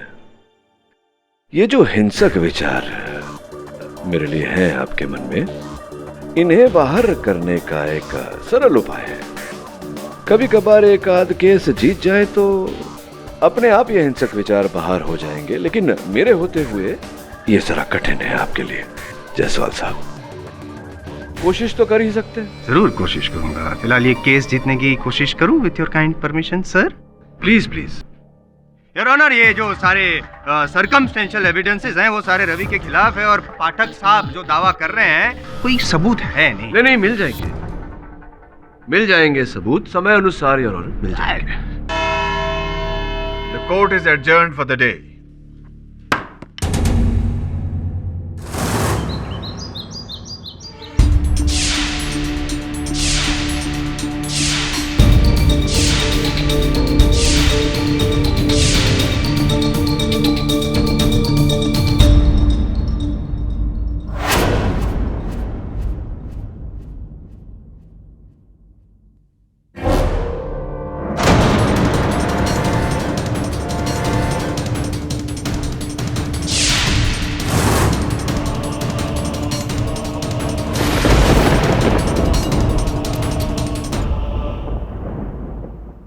नंदू, तू यहाँ क्या कर रहा है? भाभी जी वो मंदिर में माला चढ़ाने आया था। थैले में क्या है? दिखा। भाभी, इसमें फूल हैं, देख लो। ठीक है, चल जा।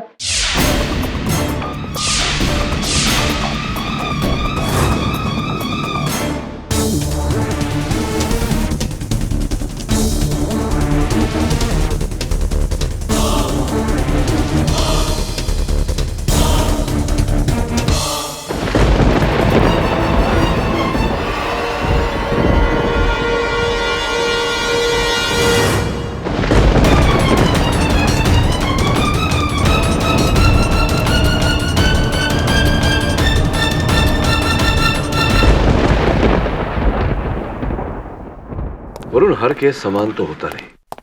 अब अलग केडी बैड न्यूज है। नंदू का खून हो गया, और उसका खून भी उसी जहर से हुआ जिससे कि दीनानाथ जी का खून हुआ था। बड़ी विचित्र बात है। भला नंदू को कोई क्यों मारेगा? ये जहर उसे दिया कैसे गया था सिंह साहब? ये तो पता नहीं चला है, लेकिन जब हमने उसकी खोली में जाकर के पूरी छानबीन की तो हमें वहां पर कुछ खाने की चीज भी नहीं मिली। लेकिन एक विचित्र बात यह निकली कि उसकी खोली से हमें 20,000 रुपए का बंडल मिला। सर, जिसके घर में खाने को कुछ नहीं, उसके पास 20,000 रुपए आए कहां से? सोचने वाली बात है।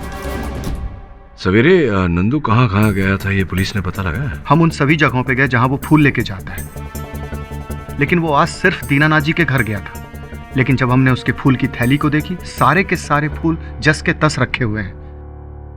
केडी, मुझे पूरा शक है उसने दीनानाथ जी के ही कमरे से 20,000 रुपए चुराए। क्यों? ऐसा क्यों लग रहा है आपको सिंह साहब? हमें पुष्पा ने बताया कि आज उसने सुबह सुबह नंदू को दीनानाथ जी के कमरे से बाहर निकलते देखा, और उस वक्त नंदू के अलावा और कोई नहीं था उस कमरे में। मुझे पूरा शक है, शक ही नहीं बल्कि यकीन है कि ये पैसे उसने उनके कमरे से चुराए हैं। हो सकता है। इतने वर्षों से नंदू दीनानाथ जी के कक्ष में जाता था फूल रखने। दीनानाथ जी पैसे कहाँ रखते थे ये तो उसे पता ही होगा। प्रश्न अभी भी वही है कि अंततः नंदू को कोई क्यों मारेगा? सिंह साहब, पता लगाइए कि नंदू को कैसे जहर दिया गया था। Yes KD, and I will let you know. Thank you.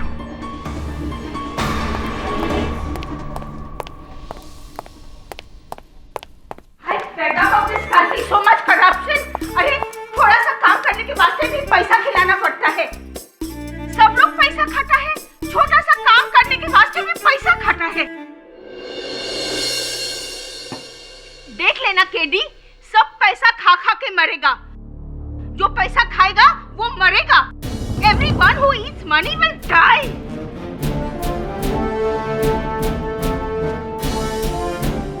Nandu भी पैसे का कर मरा क्या? योर ऑनर, ये सत्य है कि दीनानाथ जी की मृत्यु विष के सेवन से हुई है, किंतु वो विष उस समय उस प्रसाद में नहीं था जो प्रसाद रवि ने नंदू के द्वारा उन्हें भिजवाई थी। उस प्रसाद में बाद में जहर डाला गया ताकि इस हत्या का दोष रवि पे डाला जा सके। नहीं, अगर ऐसा जैसा आप कह रहे हैं वैसा है तो फिर दीनानाथ जी के शरीर में वो जहर आया कहाँ से जब प्रसाद में था ही नहीं? नहीं, इसलिए बोल रहा हूँ मैं क्योंकि जो स्टमक वॉश किया गया दीनानाथ जी का, उससे ये साबित होता है कि दिन भर में दीनानाथ जी ने कुछ भी नहीं खाया था सिवाय ये प्रसाद। तो फिर वही सवाल पूछ रहा हूँ कि दीनानाथ जी के पेट में वो जहर आया कहाँ से? नहीं, मैं बताता हूँ। ये भी हो सकता है कि वो जो हत्यारा है योर ऑनर, उसने वो मुंह पकड़ के दीनानाथ जी के मुंह में ठोस दिया वो जहर। नहीं, और एक ऑप्शन है, ये भी हो सकता है कि दीनानाथ जी को ऐसा लगा होगा कि जिंदगी बीत गई, लाइफ में कभी जहर टेस्ट नहीं किया, चलो ट्राई करके देखते हैं, मुझे मरने का बड़ा शौक है।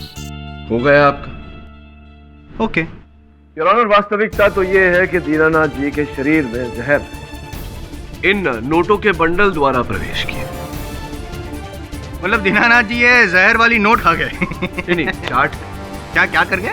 चाट के? हाँ। नोट चाटता है कोई? नहीं, देखिए, एक कृपया कर इसे जरा गिनेंगे। रिश्वत नहीं नोटों को? नहीं, मजाक कर रहा हूँ। गिनूंगा मैं, आप कहते तो जरूर गिनूंगा। एक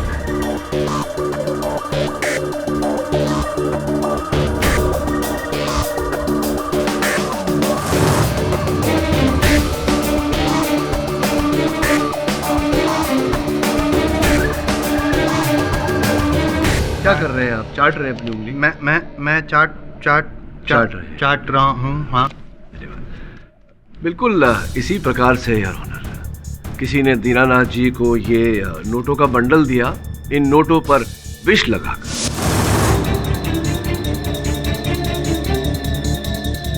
और जैसा कि कई लोगों की आदत होती है, उंगलियों को गीला करने के लिए वो अपने जीभ से चाट लेते हैं, दीनानाथ जी ने भी ऐसा किया और नोटों पे लगा विष उनकी उंगलियों द्वारा, उनके जीभ द्वारा उनके शरीर में प्रवेश कर गया।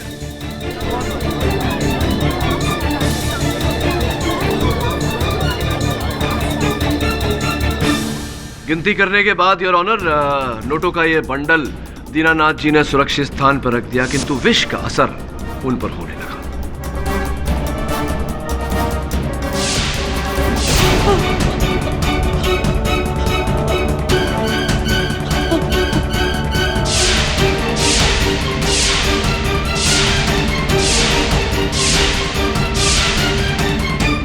योर ऑनर, नंदू की मृत्यु भी वास्तव में एक यूं ही अकस्मात ही हुई है। जब उसने दीनानाथ जी से ये नोटों का बंडल चुराया, उसे नहीं पता था कि वो अपनी ही मृत्यु को निमंत्रण दे रहा है।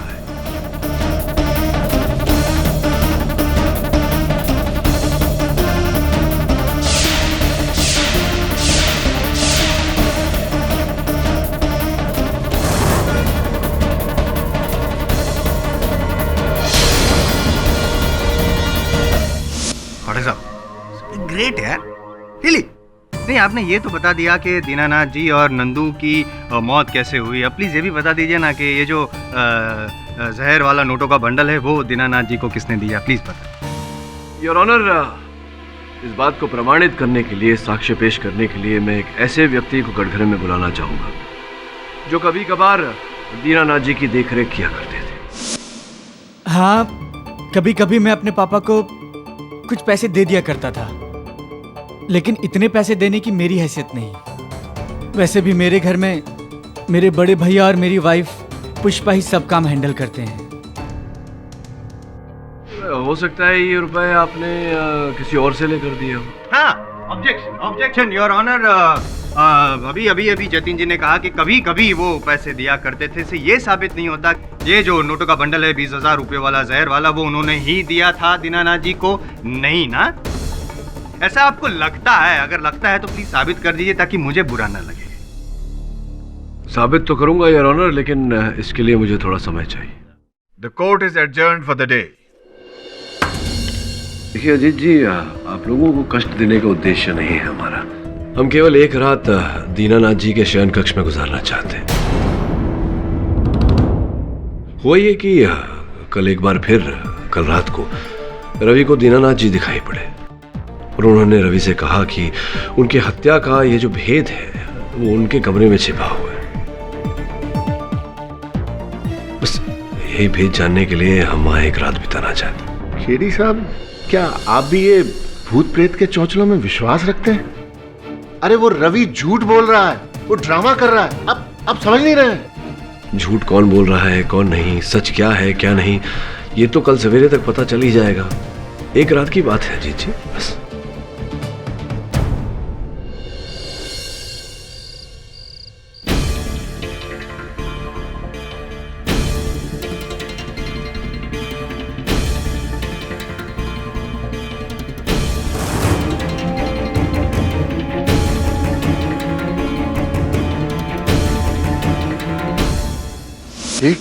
ये वकील ने अब एक नया ड्रामा शुरू कर दिया। ये बुढ़ा हमें मरने के बाद भी चैन से जीने नहीं देगा। भाई साहब ऐसा मत कहिए, बाबूजी की आत्मा बुरा मान जाएगी। पुष्पा, अरे मैं सच कह रही हूँ भाई साहब, बाबूजी की आत्मा यही कही है। मैंने भी अपनी माँ की आत्मा को देखा था, देखना उसको भी दिखाई देगी, मुझे यकीन है।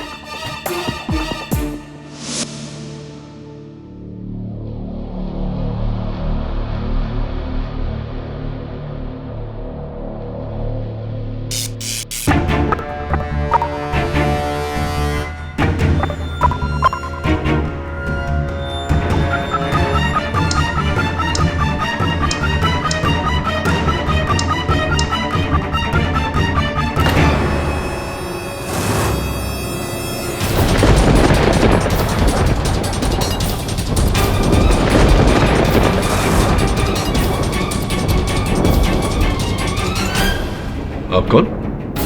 मैं दीनानाथ तिवारी। लेकिन दीनानाथ तिवारी जी का तो देहांत हो गया है। मैं मरा नहीं हूं, मुझे मार दिया गया है और मुझे मारने वाले का नाम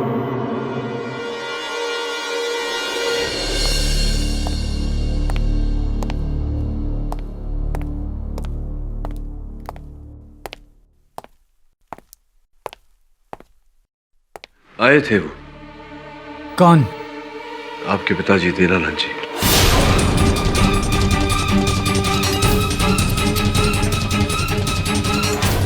क्या कहा उन्होंने? कहा तो कुछ नहीं, बस हत्यारे का नाम बताया।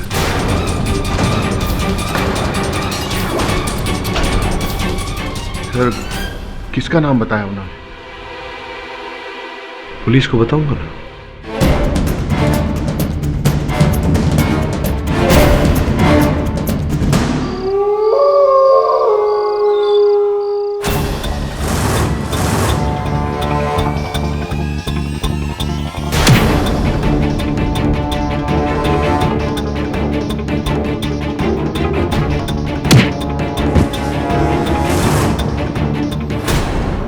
योर ऑनर, मेरे मौखिल रवि अदालत से विनती करना चाहते हैं, आपकी अनुमति हो तो। अनुमति है। योर ऑनर, जब कल रात लॉकअप में मैं बंद था, मुझे पता है आपको बिलीव नहीं होगा, पर नाना जी फिर मुझसे मिलने आए थे और उन्होंने मुझसे कहा कि वो आज यहाँ हमारे बीच आएंगे और अपने कातिल का नाम बताएंगे।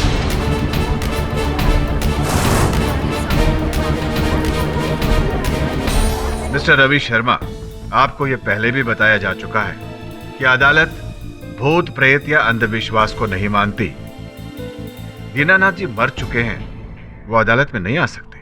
लेकिन योर ऑनर, मुझे विश्वास है कि अगर मैं उनको बुलाऊंगा तो वो जरूर आएंगे, क्योंकि उस रात भी तो वही आए थे ना मेरे पास, वरना मुझे कैसे पता चलता कि उनकी हत्या हुई।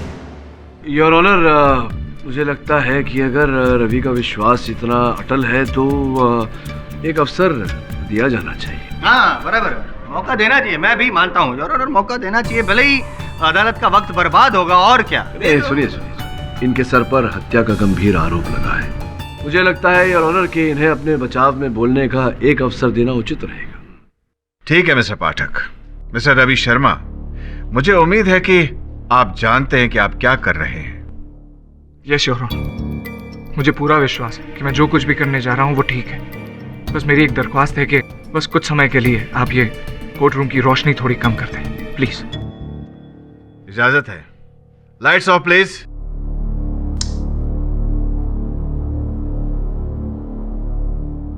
नाना जी, क्या आप मुझे सुन पा रहे हैं? नाना जी, आपको आना होगा। आपने कहा था आप आएंगे और मुझे यहां से बचाएंगे।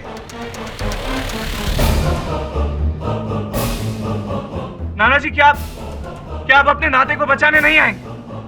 आइए नाना जी, हम सबको यहाँ आपका इंतजार है। आपके नाते को आपकी जरूरत है नाना जी। मुझ पर झूठा इल्जाम लगा रहे हैं ये लोग। नाना जी आइए, नाना जी प्लीज आइए।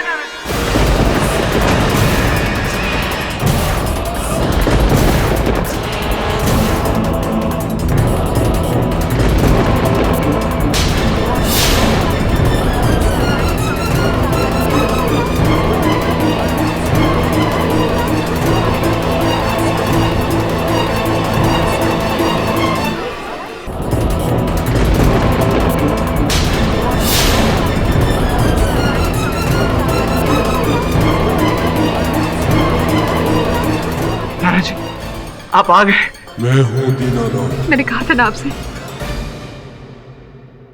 नाना जी, क्या आप हमें बता सकते हैं कि असल हत्यारा कौन है? जी हाँ, मैं बताऊंगा।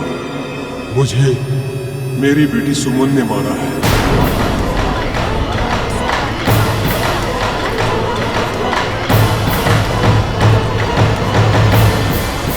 ये सब बकवास है, बकवास।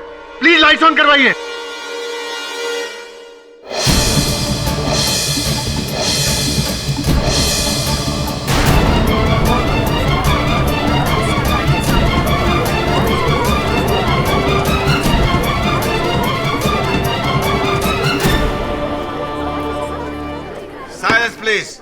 क्या मतलब ये तो बिंदा प्रसाद है। मतलब ये क्या मजाक? मतलब बिंदा प्रसाद ही है। तो ये और ऑनर की सच्चाई को सामने लाने के लिए मुझे ये छोटा सा खेल खेलना पड़ा। क्षमा चाहता हूं। वास्तविकता में मेरे मुवक्किल को वहां लॉकअप में कोई भूत दिखाई नहीं पड़ा।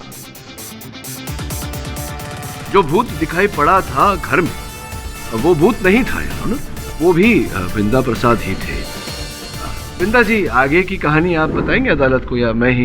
नहीं जी, मैं बाबूजी के बेटे जायदाद के लिए उनसे हमेशा लड़ते झगड़ते रहते थे। और ये अजीत जी, ये तो हमेशा उन्हें मार डालने की धमकी दिया करते थे।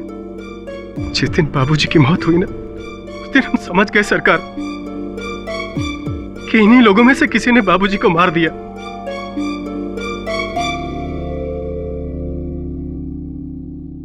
लेकिन हम गरीब किससे कहते?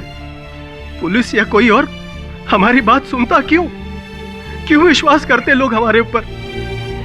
इसलिए हमने एक निर्णय लिया और भूत बनने का नाटक किया।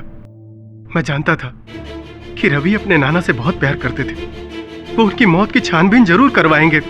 सरकार, जिस दिन बाबूजी की मौत हुई ना, उस रात मेरे सर में बहुत दर्द था। मैं अपने कमरे में सोया हुआ था और जैसे ही पुष्पा और सुमन वगैरह के रोने की आवाज आई, मैं समझ गया साहब कि मेरे बाबूजी की मौत हो गई। मेरे बाबूजी को मार दिया इन लोगों ने।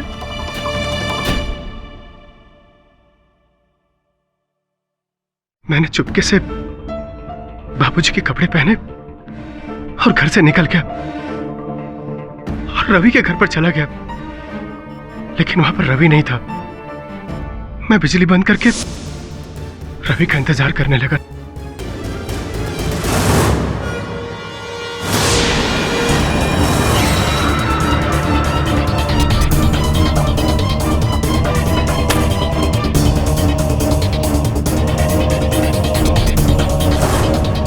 योर ऑनर, मैं आरंभ से ही जानता था कि भूत के भेष में कोई अपनी ही बात कहने का प्रयास कर रहा है। इसीलिए इस भूत के भेद को जानने के लिए मैंने एक रात दीनानाथ जी के कक्ष में बिताई। तो पता चला कि आप कौन? मैं दीनानाथ तिवारी। लेकिन दीनानाथ तिवारी जी का तो देहांत हो गया। मैं मरा नहीं हूँ, मुझे मार दिया गया है। और मुझे मारने वाले का नाम मेरी बेटी सुमन ने मारा है। अरे सुनिए दीनानाथ जी, एक बार अपनी शक्ल तो दिखाइए।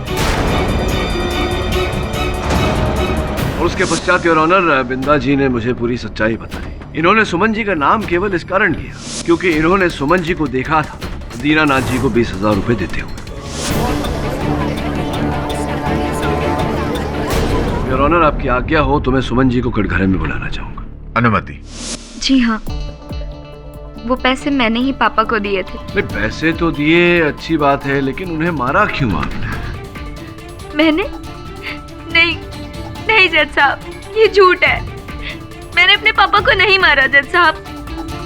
केडी साहब, मेरा विश्वास करिए, मैंने अपने पापा को नहीं मारा। योर ऑनर, उस दिन दीनानाथ जी के घर जाने के पीछे उद्देश्य मेरा दो तरफा था। एक और कि मैं भूत के उस भेद को खोलूं जो मैंने बिंदा के रूप में खोला। दूसरा ये कि मैं असल हत्यारे को पकड़ूं। जब बिंदा ने मुझे हत्यारे का नाम बताया तो मैंने बाहर जाकर आए थे। वो कौन? आपके पिताजी दीनानाथ जी। क्या कहा उन्होंने? कहा तो कुछ नहीं, बस हत्यारे का नाम बताया। मैंने ये इसलिए किया क्योंकि मैं जानता था कि असल हत्यारा सुमन हो या कोई और, वो हड़बड़ा जाएगा और अपनी हड़बड़ाहट में मुझ पर आक्रमण करेगा, जो कि हुआ यार।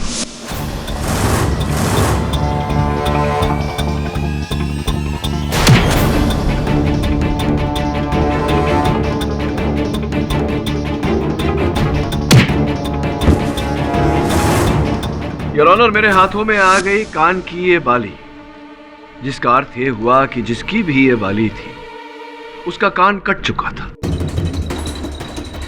सुमन जी विश्वास करते हैं आप पर कि आपने अपने पापा को नहीं मारा, किंतु परंतु आप पर, आपकी बातों पर जितना विश्वास मैं कर पा रहा हूं, दुर्भाग्यवश आपके पतिदेव की बातों पर उतना विश्वास नहीं हो रहा मुझे। सतीश जी आइए ना। ये क्या हुआ आपके कान में? चोट लग गई? वो जी दरअसल वो, चलिए जाने दीजिए इस बात को। तो ये बताइए, आपकी बाली है? जी नहीं, ऐसी बालियां तो बाजार में मिल जाती हैं, किसी की भी हो सकती हैं। हाँ, बात तो सही है आपकी, ऐसी तो बालियां अनेक मिलती हैं बाजार में। कटे हुए कान नहीं मिलते। आपके कानों में ये चोट कैसे कट गया कान? आप ये जी, बात दरअसल ये है कि नहाते समय टॉवल मेरी बाली में फंस गया था और मेरा कान कट गया। झूठ बोल रहे हैं आप सतीश जी। सत्य तो ये है योर ऑनर के इन्हीं ने दीनानाथ जी की हत्या की। यही थे जिन्होंने उन नोटों पर जहर लगाया और अपनी पत्नी के जरिए दीनानाथ जी तक पहुंचाया। यही थे जिन्होंने मुझे मारने का प्रयास किया, मुझ पर आक्रमण करके। माने या ना माने, आप ही थे सतीश जी। और इस बात का एक और साक्ष्य है मेरे पास। योर ऑनर, जिस दिन दीनानाथ जी की हत्या हुई उसके एक दिन पूर्व भी सतीश जी ने उन्हें मारने का प्रयास किया था, एक गुंडे को उनके शयन कक्ष में भेजकर। जब वो गुंडा घर के पिछवाड़े की पाइप से उनके शयन कक्ष में जाने का प्रयास कर रहा था, उसी समय मेरे मुवक्किल रवि वहां दीनानाथ जी से मिलने पहुंचे।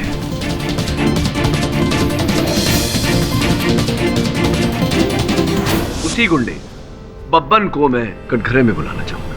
हाँ, तो बब्बन साहब, ये बताइए कि ये जो दीनानाथ जी की हत्या आपको करने को कही गई थी, किसने रुपए दिए थे? ये सतीश साहब।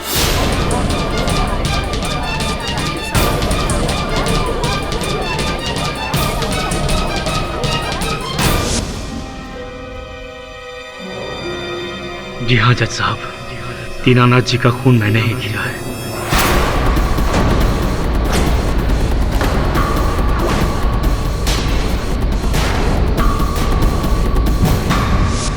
मेरा धंधा बिल्कुल चौपट हो गया था, मुझे पैसों की सख्त जरूरत थी और मेरी पत्नी देवी का होता है, अपने पिता से बहुत प्यार करती थी और अपने दोनों भाइयों से भी। मेरे कहने के बावजूद ये अपना हक नहीं मांगना चाहती थी और मैं अच्छी तरह जानता था इसके ये दोनों कमीने भाई अपने बाप को टॉर्चर करके उनकी सारी जायदाद खुद के नाम पर लिखवाने के लिए तैयार बैठे थे। पर अगर ऐसा हो जाता जज साहब तो मेरे हाथ एक ढेला नहीं आता। इसीलिए मैंने प्लान बनाया कि मैं दीनानाथ जी को मार डालूंगा। मैंने बब्बन को भेजा कि वो दीनानाथ जी को मार के उनके कमरे की कुछ चीजें चुरा लें ताकि हत्या और लूट का मामला लगे। लेकिन ये रवि वहां पहुंच गया और इसने मेरा प्लान फ्लॉप कर दिया। फिर दूसरे दिन मैंने नोटों पे जहर लगा के सुमन के जरिए नोट दीनानाथ जी को पहुंचा दिए। योर ऑनर, मेरी पत्नी बिल्कुल निर्दोष है। इस बेचारी को तो यह तक नहीं पता कि नोटों पर जहर लगा था। मैं केमिस्ट्री का स्टूडेंट रह चुका हूं। जहर की अच्छी पहचान है मुझे। मैंने नोटों पर ऐसा जहर लगाया जिससे यह साबित हो जाए कि मरने वाले की डेथ नेचुरल तरीके से हुई है। किसी को शक भी नहीं होगा और दीनानाथ जी की जायदाद बेटे और बेटियों में बराबर बांट दी जाएगी। लेकिन ये रवि, इसने फिर मेरा प्लान फ्लॉप कर दिया। एंड वक्त पे वहां पहुंच गए इसने पोस्टमार्टम का बखेड़ा खड़ा कर दिया। उसी वक्त मैंने डिसाइड कर लिया कि मैं इस रवि को इसके ही जाल में फंसा दूंगा। योर ऑनर, मैंने रवि को वो प्रसाद नंदू को देते हुए देख लिया था।